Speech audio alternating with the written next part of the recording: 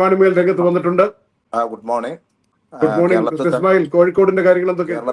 കേരളത്തിൽ തന്നെ ഏറ്റവും കൂടുതൽ ശ്രദ്ധിക്കപ്പെടുന്ന ഒരു ജില്ലകളിൽ ഒന്നായി കോഴിക്കോട് മാറിയിട്ടുണ്ട്. കഴിഞ്ഞ തവണ 2 സീറ്റ് മാത്രമായിരുന്നു UDF ലഭിച്ചത്, വടകരയും കൊടുവള്ളിയും. ഇപ്രാവശ്യം കോഴിക്കോട് ജില്ലയിൽ ആര് മുന്നേറും എന്നുള്ളതിനനുസരിച്ചിരിക്കും കേരള ഭരണം ആര് എന്നുള്ളതിന്റെ ഉത്തരം.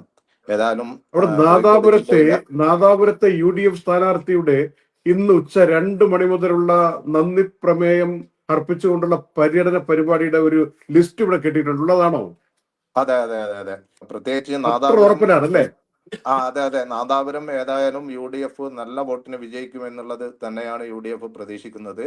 ഇന്ന് വൈകുന്നേരം 4 മണി മുതൽ പഞ്ചായത്ത് അടിസ്ഥാനത്തിൽ നടത്തേണ്ട പ്രകടനത്തിന്റെ രീതികളും അത് സമാധാനപരമായിരിക്കണം എന്നൊക്കെ നിർദ്ദേശിച്ച് UDF കേന്ദ്രങ്ങൾ എല്ലാ UDF പ്രവർത്തകർക്കും നിർദ്ദേശം നൽകിയിട്ടുണ്ട്.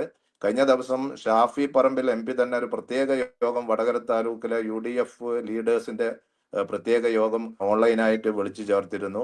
അപ്പോഴൊക്കെ സമാധാനപരമായി പ്രകടനം നടത്തേണ്ട ആവശ്യകതയാണ് പ്രധാനമായും മുമ്പോട്ട് വെച്ചത്. നാദാപുരം, കുറ്റ്യാടിയൊക്കെ നല്ല വോട്ടിന് വിജയിക്കുമെന്ന് ഉള്ളത് തന്നെയാണ് UDF പ്രതീക്ഷിക്കുന്നത്.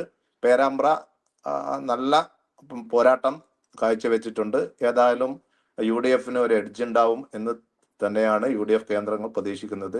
ഇതേ രീതിയിൽ തന്നെയാണ് LDF കേന്ദ്രങ്ങളും പേരാമ്പ്രയൊക്കെ നല്ല വോട്ടിന് വിജയിക്കും എന്നുള്ളത് തന്നെയാണ് LDF പ്രതീക്ഷിക്കുന്നത്. 2 കൂട്ടരും എന്ത് പ്രതീക്ഷിച്ചാലും തിരക്കിടില്ല. മിസ്റ്റർ ഇസ്മായിൽ, അപ്പോൾ കാര്യങ്ങൾ നമ്മൾ അറിയിക്കണം. നമ്മുടെ പ്രേക്ഷകർ കാത്തിരിക്കുകയാണ്. ഒരുപാട് കോഴിക്കോട് നിന്നുള്ള കോഴിക്കോട്ടുകാരുടെ ഉണ്ട്, അറിയാമല്ലോ.